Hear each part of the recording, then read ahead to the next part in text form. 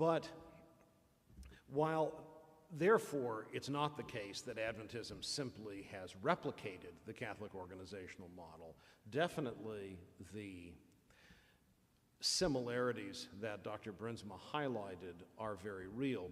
What I want to note is that Dr. Brunsma is not the only person to put this on center stage.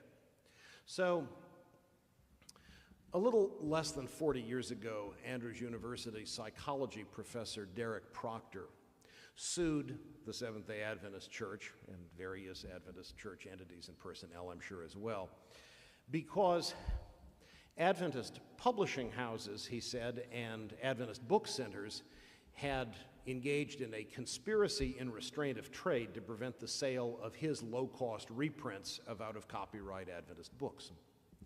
When Proctor's case made it to court, then General Conference President Neil C. Wilson found himself on the stand, and when, as some of you will remember, when probed by his lawyer, by the church's attorney, he provided what was intended as a crucial piece of evidence in support of the church's response to Proctor's claim.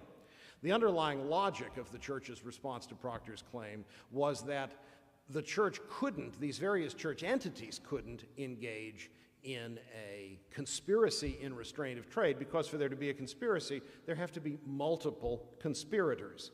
But, said the church's lawyers, Adventism is a single, unified, coherent, structured entity. And therefore, when units within Adventism cooperate or collaborate, they can't be conspirators. So, Elder Wilson, put on the stand, said something very, very important. He said, the Seventh-day Adventist Church, I'm paraphrasing, but I think this is pretty close, the Seventh-day Adventist Church is the most hierarchically organized church in North America, other than the Catholic Church, and my role is analogous to that of the Pope. As you might guess, this did not go over well, either with Adventists on the right or with Adventists on the left. And I remember being in Tacoma Park for the spring meeting of the General Conference Committee the following year.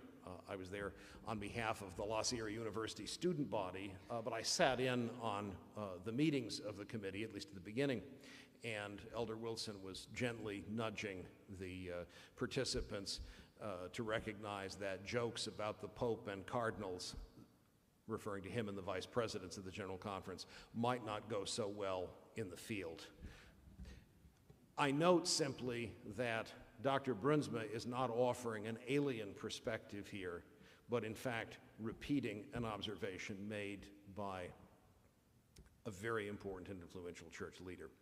There is so much more we could talk about apart from universality and this interesting parallel organizationally, but I think the most important thing is going to be for all of us, once the final response has been offered, to dive into a shared conversation.